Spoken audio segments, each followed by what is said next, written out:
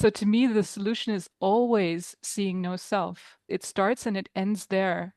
And then all these other questions about bypassing, about being the doer, volition, free will, even how do I get to awareness or how do I see oneness? It's all gone.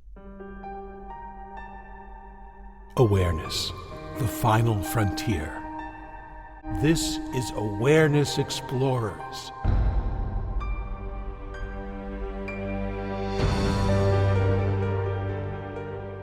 Welcome back, fellow explorers, to Awareness Explorers. I'm your co-host, Jonathan Robinson. I'm with my friend and co-host, Brian Tom O'Connor.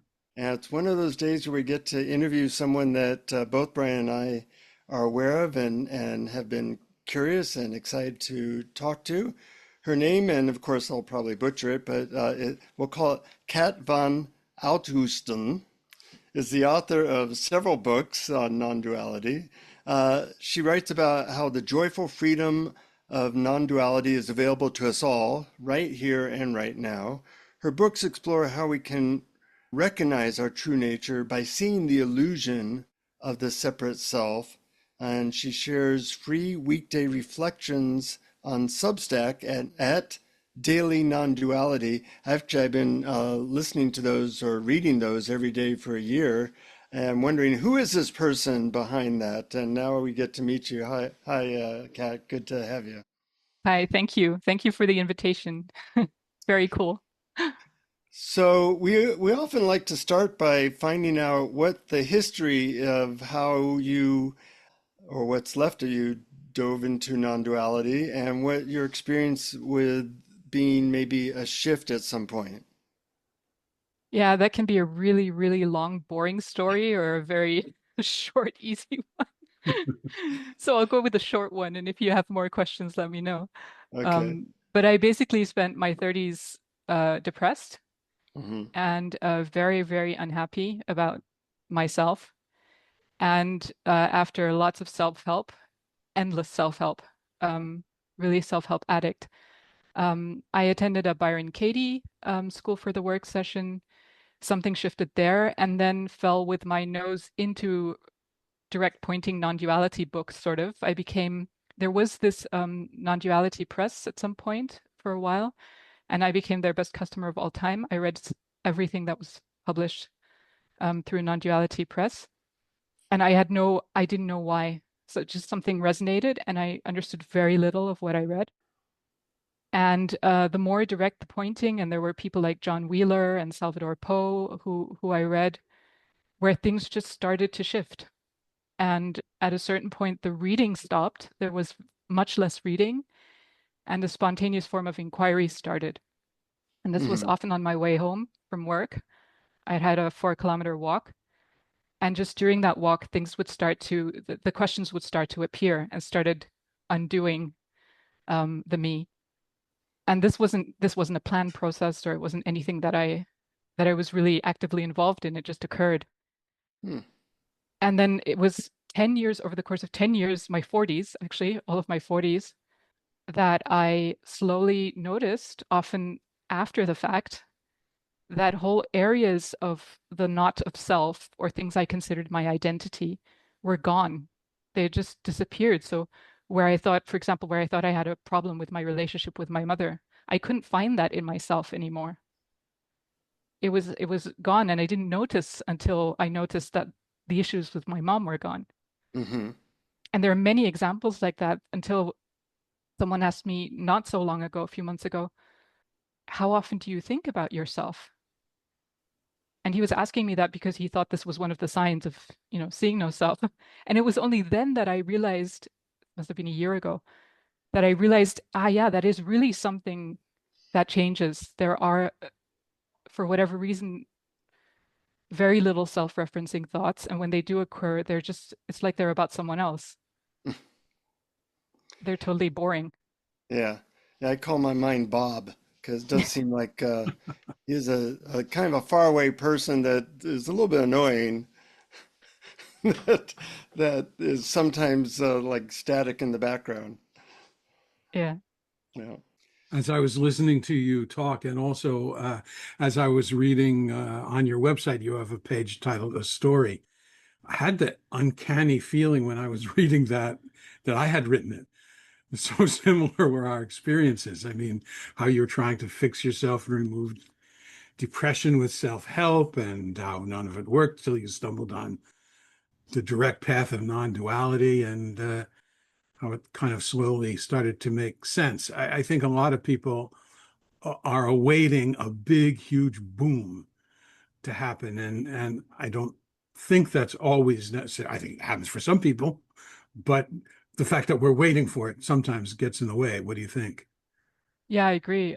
Since I've spoken to so many people helping them with inquiry, and you have as well in all these podcasts, it seems to be very different for different people. For some, it's instantaneous and a big shift from the psychological stuff they were stuck in. So when that immediately falls away, it's a huge difference. And for others, it's a slow erosion Mhm. process. And you, for me, it was that way. I barely noticed that it was going on. Mm-hmm. You mentioned self-help, and both Brian and I explored some self-help, me probably more than him. Um, and I'm wondering what the relationship is between self-help and say non-duality. For some people, it might be a stepping stone, but also kind of reinforces the self. So I'm wondering what your thoughts are about that. Self-help is bullshit. Yay! Oh, you're going to get Brian to love you now, and he's been waiting for somebody to say that. Okay, self-help is bullshit. So you don't think it can ever be like a step towards moving into non-duality or spirituality? So it depends who you're talking to. Ultimately, there are no steps. Hmm. So, and there is no path, and there is no getting to something. Well, you just So, kind of undermine self-help pretty well there. yeah, but that doesn't mean that for the people who are currently using self-help, that it isn't useful. Hmm. So just like, I don't know, taking a shower is useful to become cleaner. It has effects and it does things to the psychology. And so yeah, maybe there were times where I, at least in that situation, believed that the self-help I was doing was helpful. Ultimately, was it? I don't know. I can't really judge that, but Hmm. it doesn't lead to what we're looking for. Hmm. Yeah, my old teacher used to say being happy is actually helpful in some ways for non-duality because you have less baggage, but being unhappy is helpful in a lot of ways because then you're more motivated. Yeah, this is crazy. This goes on and on, us trying to reverse engineer the path. Mm-hmm. And we're like, okay, the Buddha sat under a tree, so let's all go sit under a tree, and Jesus did this and my neighbor did that. And the interesting thing now is that because so many people are speaking about this, the variety of paths or no paths is becoming much more obvious. And I think that is a really good thing because it's starting to show us that there is no path, or put differently, there are 8 billion paths, Mhm. and your life is the path. So whatever it is that is going on for you, that is the exact path you're supposed to be on because it is your life. So how does one make use of, I like the term, your life is your path, but how does that look in terms of practicalities? What do you mean by that? Well, again, we think in terms of, oh, I am on my path and I have my life and I am doing it. And the whole point is that there is no one there doing it. It is unfolding, it is happening, your life is living you, if you will. And Hmm. so we don't have to think about it at all. We don't have to do a specific practice to make use of it. We don't have to figure that out. It is doing itself. And one of the things I really enjoy is telling people, because I missed that when I was in those 10 years, is telling people the fact that you are interested in this, the fact that you are listening to this podcast or reading this book, or even considering some of these questions, that is this unfolding through you. That's it. And of course, it will be frustrating, frustrating, frustrating, or for some people, happy, happy, happy, and then it's done. That is, it's like that. It has to be that way Hmm. Hmm. because otherwise you'd already be done now. In your Brian, book, where are your thoughts? well, I really loved your books Beyond Illusion and Seeing No Self. And in the book Beyond Illusion, you wrote that Chris Neubauer suggests that the self is a mirage born from mistaking our thoughts as our identity. And I never thought of my thoughts as my identity. But there is one of the illusions that really was a hard one for me, which is the illusion of corporeality, the idea I'm the body. Are different people more susceptible to different ones of the six? Yeah, people are seem to be more stuck with some things than others, and it depends a bit on their core beliefs and the things they've experienced in life, I think.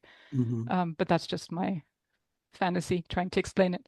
The one that gets everyone is the volition. So, and we bring this onto the spiritual path and into our interest in non-duality. So we are absolutely convinced that we do our lives, or at least some part of it, or maybe I'm willing to say a very, very small part of it. I'll go down to almost nothing, but I will not give up the sense that I control something, even if it's just my next interest in non-duality, or it can get really, really small, but I will not give it up, because giving it up is giving up the self. Yeah, I've seen that stickiness in me. What is the alternative? That the universe is unfolding, that life is unfolding? How do you think of that? The alternative to the self is unfolding the self. That I have agency. When you start to see that that's actually an illusion. First, it's an illusion on a couple levels. There is no I, and there is no agency. Yes, there is no I to have agency, but there is something that looks like agency. Yeah, So at the level of believing in the self, if we believe we're separate selves, then it looks like, and we can argue for a very long time in favor of the fact that we have volition and agency. That's what it looks like, just yeah. like we see the color red or we see the color green. That's how we're wired. Hmm. So it's not that it doesn't look like, that we're all stupid and we're just being led astray. No, that's really what it looks like. But this has no separate agent in it that causes things to happen to this body. It doesn't cause the words to be spoken or thoughts to be thunk or whatever. It's just moving like any other biological organism, like the whole organic system that we're in and the rest of the universe. So it's just one, I don't know, crazy unfolding mass, crazy dancing universe without a separate, nothing that you can cut off from the rest of it and say, this is my little island of volition, and here is the beginning. Here's where I get to do stuff. I'm in control here. And then Uh-huh. the rest of the universe begins. It's just not there. Yeah. Do you, some people might call that God unfolding or just a life unfolding. Do you have any way of viewing that? I've experimented with all of them. And there's so many names, and they all lead to the subject object problem. So Ah, even if we uh-huh. go to awareness or presence or being, or, and I cycle through all of them in my posts in the hope of making it less sticky, which is, of course, hopeless. But as soon as we give it a name, we have now become the subject to that object. So it automatically creates a split. Even if we then try to tell ourselves there is no split, it's the I that's believing that there is no split. It's really, we're completely stuck. It's very tricky as long as we're using language, there's always going to be a dualistic aspect. Yes, Uh-huh. yes. And that's why talking or writing about this is actually impossible. But you do a great job. For somebody who finds it impossible, I want to read like a daily thing because what happens. You're in Germany, I'm in California, so every morning I get to read amongst my 50 emails that are talking to Jonathan, and Jonathan needs to respond. I need this reminder that there is no Jonathan there. So I'm just going to choose the one from today and read it because I find them very, very good. And they're important reminders because I get pretty lost in this character. He's very charming, I think. But Can I this interrupt you for just a second? sure, sure. You're now splitting yourself in two. Mm, There's now you and there's your character. So now you've got two yous. right. And it's hard to use language, and language tricks me into that to some extent. Yes. How might one get free of that while talking? One can't. You're taking away all my hope. Well, I remember my one of my teachers was Locke Kelly, and I remember at one of his meetings he said, "Abandon hope, all ye who enter here," Yeah. Yes, because yes. Yeah, hope is abandon future based. Go ahead. exactly. Or just abandon the one who has hope. That's enough. Yeah, that. Yeah. Yeah. This reminds me of a quote in your book where you said teaching non-duality would be like teaching how to drink water. And just the other day, a similar analogy popped into my head. Using the analytical mind to experience your non-dual nature is like studying physics to become a better tennis player. Yeah. And even I mean this evolves all the time for me, but even as you're saying that to experience your non-dual nature Yeah, creates the idea that it is yours, that's right. Yeah, right? And that it is a personal thing. And that's not because you're trying to say it that way. That's because our ears just hear it that way. that's right. That's right. I could say our non-dual nature or the non-dual nature or just reality or all there is or Yeah. And even that wouldn't help because whoever is listening hears it through the filter of the belief in the separate self. right, right, right. Well, it reminds me, I mean, there is sort of a while ago, a couple of episodes ago, we had a episode about the inward facing path and the outward facing path. You summarized that pretty well. You said what we're realizing what we're not. That's the via negativa. And then we're realizing what we are. This is the via contemplativa. And you also had a really nifty chart illustrating these. And I always thought that one has to be followed by the other, in that you have to look and say, what all your ideas of what you are, and see that they're not what you are because there's something larger that you can't put words to that knows that. But then after that, when you sort of have to look out through the world and start re-including everything as not as you as well. It seems like you feel this way too. Yes, except that this doesn't have to be done by anyone. So again, it's felt like, and well, the more the most people I speak to, they have gone straight to the awareness junkie stuff. Yeah. So they've kind of substituted their monotheistic cultural background, and what they hear is there is me and there is something higher that I can become or see or realize, and that is awareness. And it is me that is going to go into awareness. So the self, the separation and the self is taken onto that journey. So most people I speak to, they need to really go into the what I am not, to the via negativa first, Hmm. because otherwise, just as we're speaking now and we're noticing it again and again, everything, the self is always there, just subtly in the background, taking on everything as its personal project plan. So, oh, there are two vias. Okay, now I'm going to do both, and I need to do that one first. And then it's always micromanaging life. And that's just thinking going on and belief in that thinking. So it's not sticky, it's not difficult, but it is there and we don't see it. And that's the problem. Yeah, what I like about your daily non-dual writings and how you're speaking here is that you notice all the subtle ways that we create a sense of self through language, through our thinking, and you kind of nicely quote attack that. I want to give people an example of this because this is after something goes through their emails. I won't say I. But as these emails are happening and there's something responding, I come upon your email that is a good reminder of some other point of view. And so here's the one from today. I can't find anyone doing the writing of these words, although words are being written.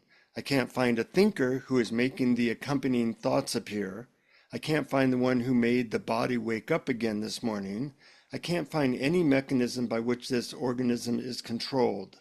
I can't find an owner of this seemingly very personal life. I can't find anyone to whom this awareness belongs. I can't find a separate self from the rest of being. I can't find a location or center to me anywhere. I can't find an inside separate from outside. I can't find what is referred to as me. I can't find anything at all, as there is no I to find. And that's like a slap in the face of every thought and volitional thinking I might have. And I'm wondering, is it helpful to try to create I'll call it a non-dual language, although that's an oxymoron, that can get us out of this stuckness of our beliefs of this I into an awareness of how things say actually are. I don't know. It could be helpful for some people because that's what they need. I read a lot, so for Yeah. me it was definitely helpful, apparently, I think, to read all of that direct non-dual language that was, yeah, in a way written in a way that was more direct than the other things that were on offer. Let's put it that way. hmm Um, I don't know. Maybe we can get even more direct. Maybe we can, we'll see. hmm Maybe that's evolving. Now, you did use inquiry. I'm wondering I mean, there's Byron Katie inquiry, there's Harshi inquiry, there's 31 flavors of inquiry. What one did you find most helpful for you? Well, I learned most from Salvador Poe's books, but they were actually I read those when I was already doing that spontaneously. So he kind of completed the process after the fact almost. I went through his book and he explains very, very clearly many of these inquiries, but they're old. I mean, this is the neti neti process that has been described long ago. I'm not an expert on the history or where things were first written, but I know that this is very, very old and part of the original Advaitin text. So you look at what you're not. And that's what I try to do in the book Seeing No Self, is to break that up into 6 areas that we can look at that we're not. Because if you just tackle who am I or what am I, for most people that's not enough hand holding. And I mean that in the best possible way. It's just too much, and there's our brains are so overactive, we need to chop it up and slow it down and go level by level. So I am not my thoughts. I am not the body. I am not the sense of self. I am not inside versus outside. All of these different layers. And then what am I? And all of these to Mm, me are part of inquiry. And they don't have to go in a certain order, but I found with guiding all these people that it is usually helpful to do them in the order I have them in the book, for example. Mm-hmm. Yeah, in your book, Seeing No Self, you have a set of 33 essential inquiries, and Yeah. these are very dear to my heart because it seems they're practical. It's not so much that for me that they are directing us to find a conceptual answer, but they're helping us turn our attention inward, Yes. what's noticing Yes. experience. And to me, the first the neti neti one. So neti means just not this, not that. Not this, not this. Um, the negative ones, those are sort of they're still conceptual. They're the mind sort of playing around with itself, which comes close to those awareness games. Um, so I hope always that people can approach them in a playful way. On the other hand, when I did them, I was not feeling playful at all. This was very serious. So I'm totally fine with people not having fun. Um, but they are really playful because it's playing with these concepts of what we believe, and we've just believed that for so many years. We take it for granted now. We think it's true, but it's the mind questioning itself. So in that sense, I would say Byron Katie's inquiry is even before that. It's sort of playing around with the thoughts and beliefs, which is the first of those levels that I go through. Um, but it gets much more subtle because, for example, we have this sense of being a self. There's even when we do the inquiry, who am I or what am I? Well, me. This sense of self, and then many people get stuck there. It's just like a loop. It goes, yeah, who am I? Me. Who am I? Me. Yeah. This is not getting anywhere. Um, so there are inquiries to do about the sense of self that open that up. For example, is that always there? Do you always feel like a self? And if you just think about that for a little while, it's like, well, no, when I'm absorbed in an activity, there's no sense of self.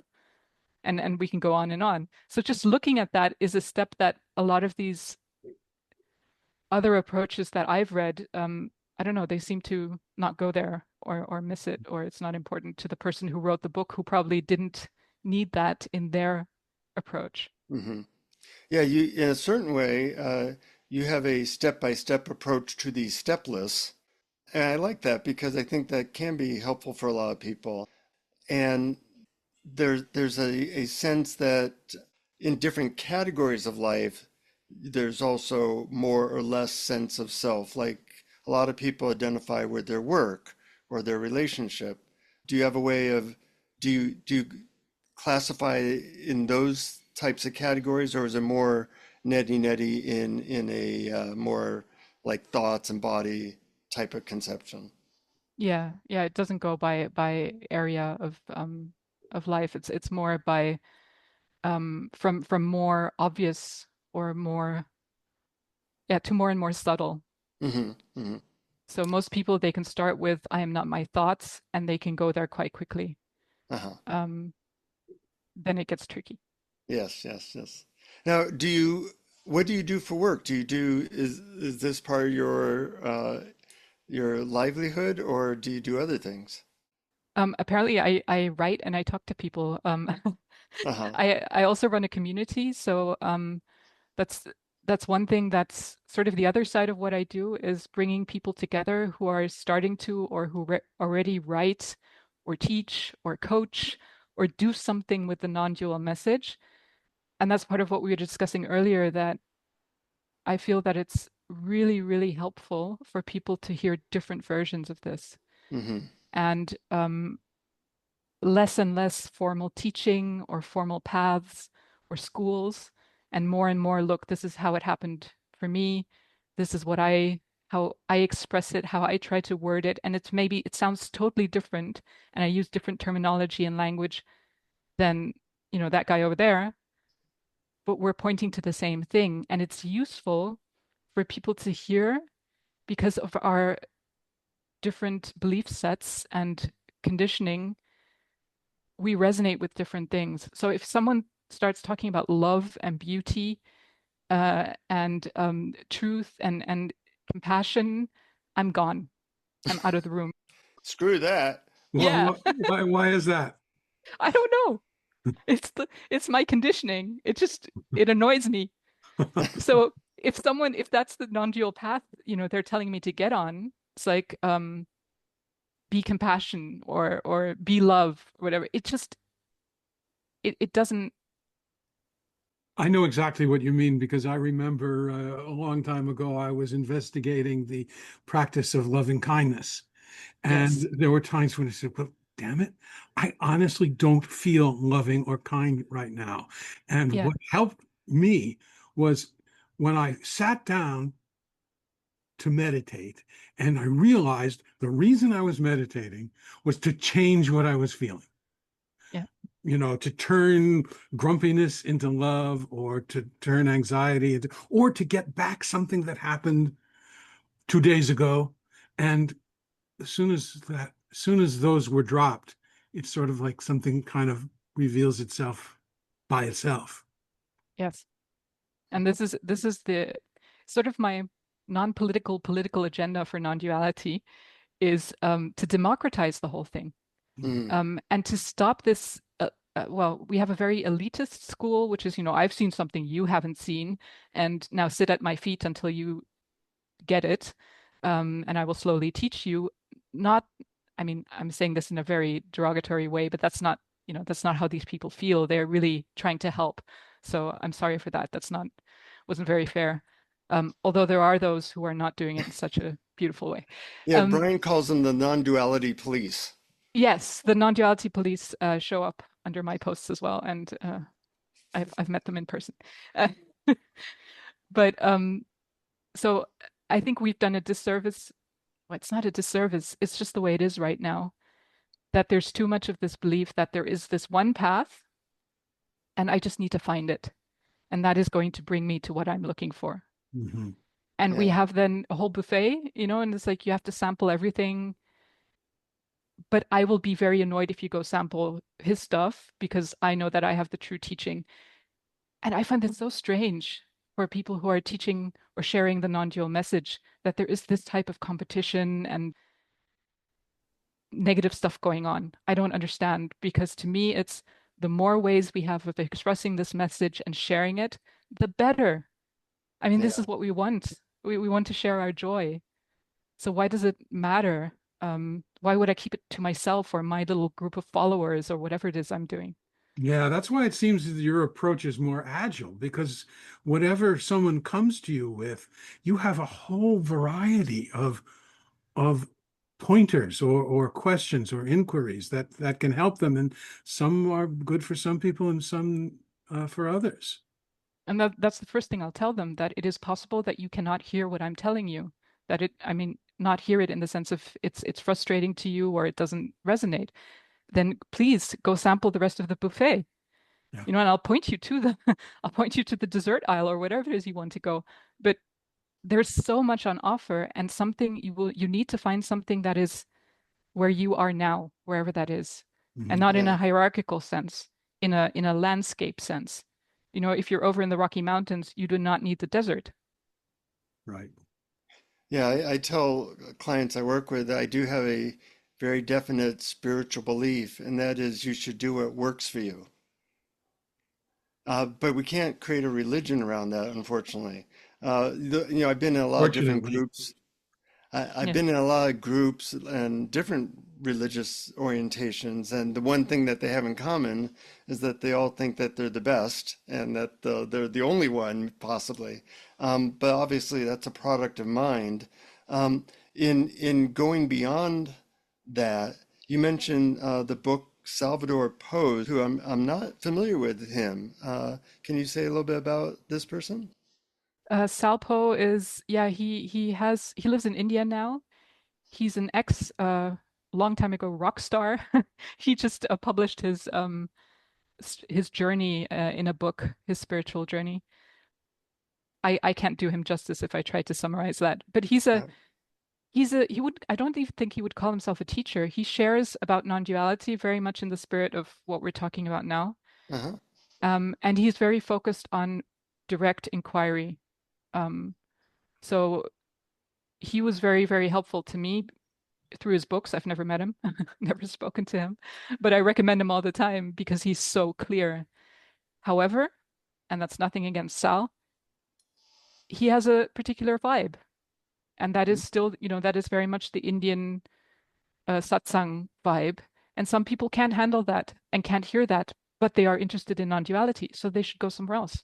Hmm. Hmm. I've watched a lot of his videos on YouTube and enjoyed them a lot. And yeah, you're right. There are a lot of people who just have, yeah, different styles, different ways of talking, different vibes, and some people think this teacher is too intellectual, and some people think this person is too much entrenched in the ancient wisdom. And but it's what resonates with you. It's what opens for Yes. you. And actually, I don't think teaching in that sense is even the right verb anymore. It's Yeah. it's more really the original meaning of satsang, coming together in truth and sharing Mhm. whatever is true for us right now and investigating that. You wrote, for many of us, inquiry will bring up some fear. And although it has never done that for me, but a lot of people have talked to me about it. So I was wondering if you have any tips of how to help people when that happens. Like sometimes it's a fear of disappearing, and sometimes it's a fear of, and this one I've heard a lot, of becoming cold and uncaring. Yeah, and many, many other variations. The ego Yeah. is, does a really good job. Its job is keeping you safe. So now we're splitting it in two again. So it doesn't really make sense. But um, yeah, so knowing fear is going to come up is already very helpful. And then for me, it's always we have fear in many areas of our lives. I fear going to the dentist, and I go to the dentist anyway. Mhm. So it doesn't mean anything. It is not, unless really your house is burning down or there is a reason to be afraid. It's just helpful to know that it is something that is going to occur. It's psychology. It is not what is really true. It is the natural process of inquiry is going to bring up some fear. And I spent 3 days on my living room floor in the fetal position, um, just consumed by fear. Oh.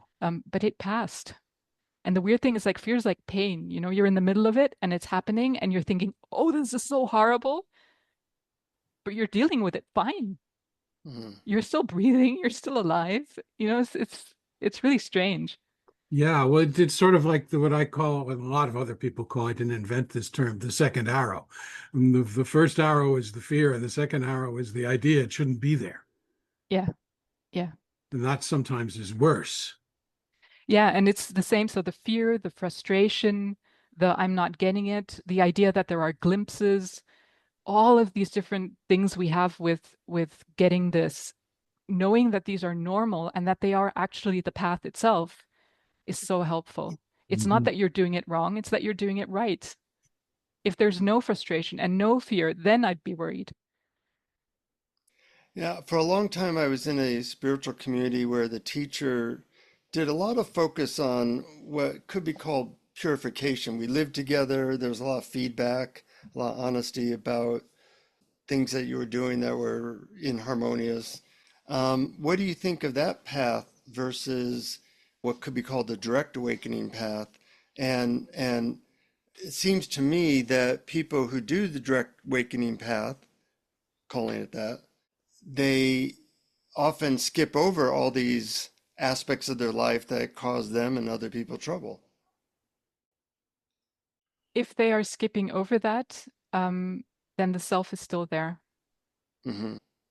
So don't know how to put that more clearly. Um, it's Do really the whole do question of bypassing. yeah, do in your experience as you awakened, we'll call it, did a lot of the challenging parts of your personality perhaps naturally fall away? No, I doubt it. I mean, I think my Well, personality is ask your just as friends. challenging. Yeah, but it's no longer challenging to me. Right, right. Mhm. Because there is no me. Yeah. So, um, to have the issue of bypassing, there is something that must be being bypassed. This is already includes the judgment, right? This is like saying there's some area of your life you need to deal with, you know, deal with this area of your life because this is not good. Yeah. All of this is already like the opposite of non-duality. Hmm. Because you're not accepting what is, you're not looking at what is. So I think Rupert Spira says that. He says direct inquiry is actually bypassing, and that's how it should be. Because if you're not bypassing, you're going into all of this emotional stuff that isn't even about anyone. And then if you ask three people about your character, you will get three different answers. So Hmm. the person who thinks you need to be dealing with this and not bypassing it, the other person will tell you, what are they talking about? I don't see that. So this is endless. This is psychology. It's Uh-huh. the carousel of psychology. But sometimes those aspects that manifest can give you and other people a lot of trouble. Yeah, that's what it means to be a human in this world. Uh-huh. Well, Uh, I mean, Jonathan and I have had this basic argument for many, for many 7 years now. years. And the only way I can sort of resolve it in my mind and still remain friends with Jonathan, which we are very deeply, is that for me, when I stopped trying to fix myself, the Yes. whole world opened, the reality opened, the depression dissolved away, the love just sort of arose naturally, and bliss and happiness. But that was because I believed I was fundamentally flawed. Yep. and and not trying to fix that flaw was this huge relief. But Jonathan probably thought he was wonderful and perfect and maybe needed taking down a peg. Yeah, it depends where you start. You know, what's the appropriate direction to get to something, the center, we'll call it. Yeah, but Yeah. even, I mean, even if I'm completely a narcissistic, arrogant person, if I see that there is no one there, I mean, I don't know a quicker way to undo my narcissism than to see that there is no one. Yeah. Um, Yeah. so to me, the solution is always seeing no self. It is Hmm. always, it starts and it ends there. And then all these other questions about bypassing, about doer, being the doer, volition, free will, even how do I get to awareness or how do I see oneness? It's all gone. Mhm. I love how you boil it down and bring it back to that. I think it's beautiful. Hmm. It's the unpopular version. So I don't get hate mail, but it sometimes borders on hate mail because it is really, people do not want the no self thing because all of the associations in our culture with that, it's only the belief system that gets triggered. Oh, nihilism. Oh, I will spend my life on the couch. Um, and they're convinced that this is the consequence of seeing no self. Yeah, which is ridiculous. And I'm wondering though, how, as this developed in you, excuse the language, how your experience of life altered or changed. Yeah, here we go. Like you mentioned that you don't think about your non-self a lot. Yeah, so let's try a tangible list this time. I no longer worry about who I am, my character, my Uh-huh. personality. So I don't worry about bypassing things, for example. I don't care what people think about me. Uh-huh. Um, I no longer have psychological issues. I had an obsessive compulsive disorder for a very long time, skin picking, very, very bad, gone. I rarely to never think about the past or a future. It's just not interesting. When thoughts come up, which is quite frequently, there are lots of thoughts. If they're about me, I'm not even interested. If they're about, this character, it's like it's like a soap opera playing, on TV. It's just like no interest. Not even I don't know how it's like the most uninteresting thing you can serve up. I still dislike people and like people, Hmm. but it doesn't bother me. I have annoying traits. They don't bother me. I do not like my mother-in-law. It doesn't bother me that I don't like her. Hmm. So you stop making yourself into a problem to fix. They're just the self is the idea of the self, the identity is the cause of so much suffering, suffering in the sense of problems. That's completely gone. So that's like 98% of your daily energy is now free to just write daily non-duality posts And B. and be. But even being, I mean, that's so overhyped. Uh-huh. And it's like now we're all going to just be. You were already just being. I mean, it's not something you need to figure out. I love this, I love this the way anything, we take it and we make it into a project. It's like we are Mhm. project neuroticists. Yeah. Yeah. Just be. Okay, let me figure out how to do being. Be present, be in the now, do this, do that, and it all becomes the next thing to do. Mhm. And the Yeah. idea, the understanding that things are happening. There is no doer to needed to make them happen. You can stop them from happening if you tried. You're not giving us a place to stand, Kat. Good. Yay.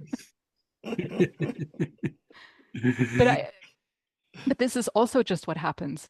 Okay, so Uh-huh. people think there is a spiritual path, they get on it, they then, walk this path in whatever form it takes for them.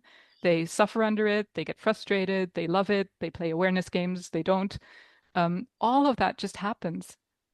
And that's the way it is. And so that's part of the fun of it, or part of the movie that we're all enjoying. And some are enjoying it more than others because some take it more seriously than others. In one of your videos, you talked about, it was actually an interview that I watched on YouTube. It was a short one. And I'm not sure exactly how to word this, but I got the impression that one can experience oneself and others as separate and at the same time know that you're not separate. So I find that helpful because I have this idea that the experience of a separate person needs to go away. Yeah, no, this is a big one, and it's Mm, absolutely not true. Right. And this is where Beyond Illusion is really was helpful for me as well, because I wrote these books for myself, obviously. mm, Um, and or to cut up, to put something to get be done with something. And Donald Hoffman with his the scientist with his analogy of the headset.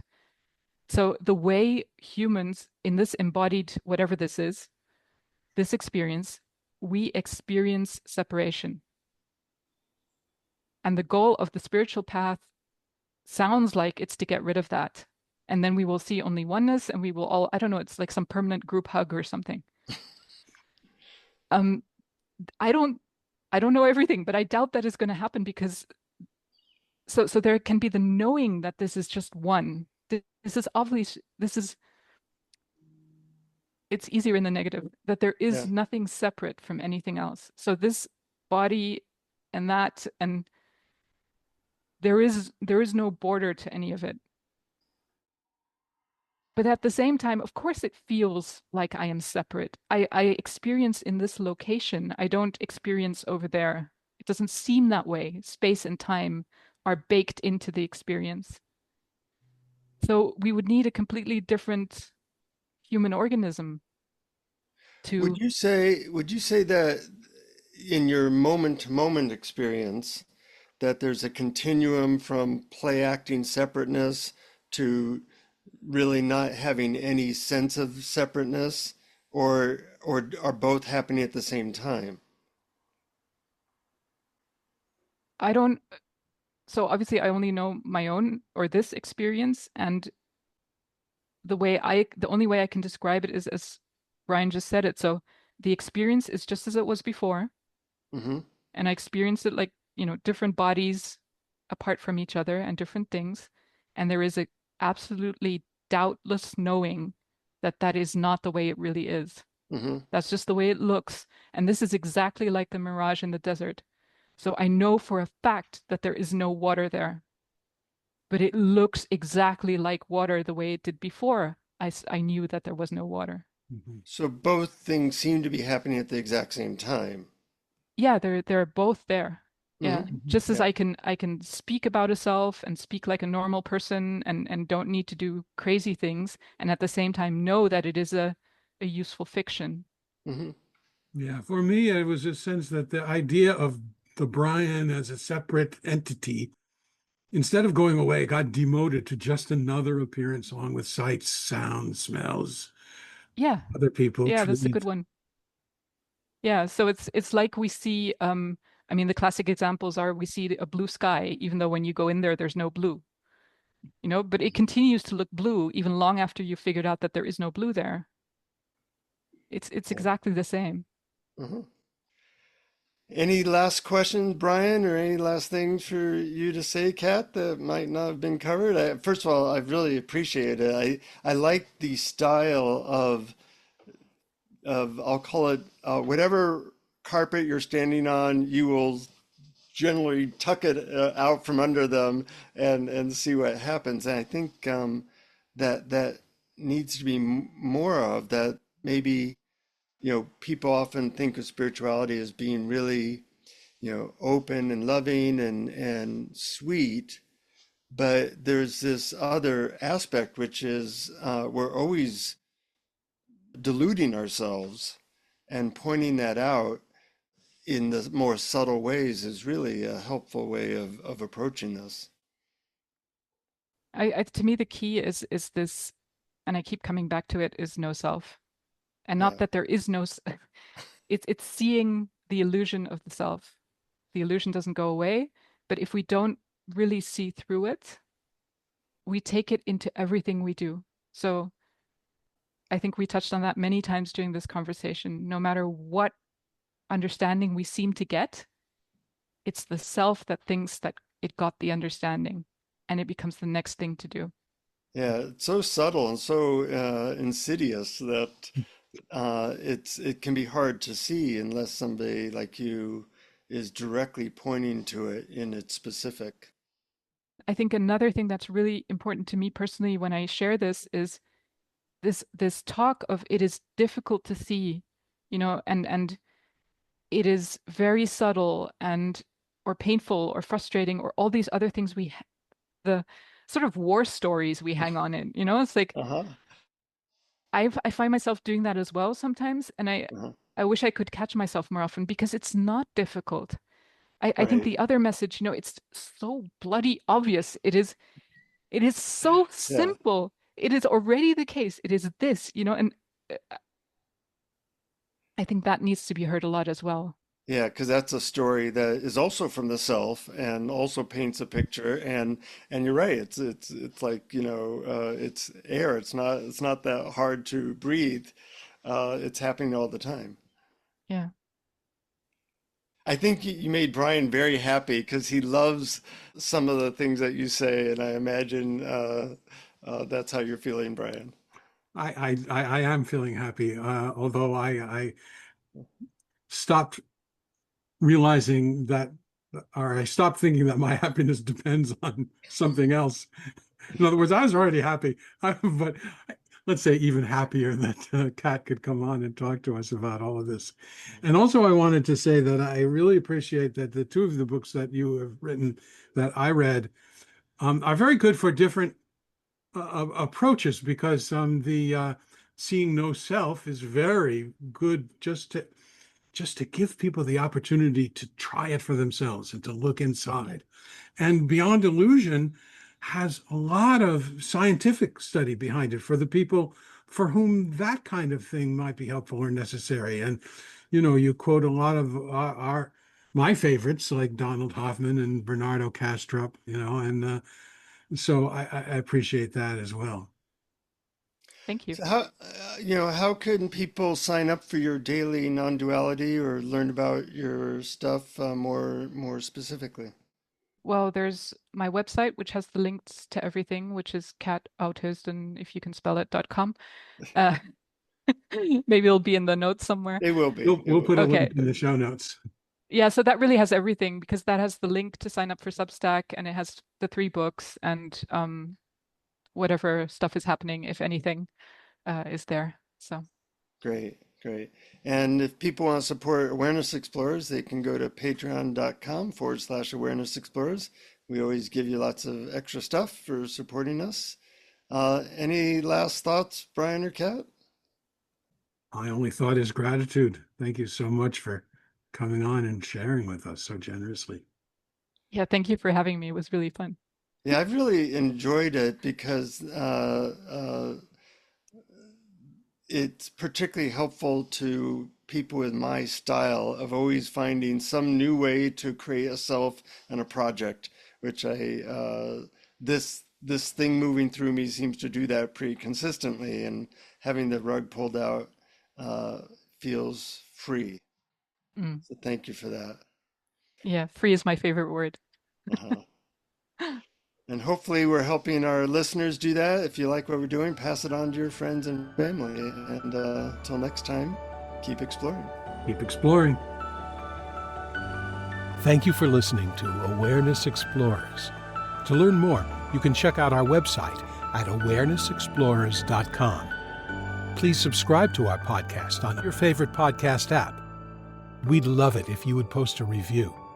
And please share our link on Facebook and with family and friends, because knowing yourself as awareness is the greatest gift you can give yourself or someone you love.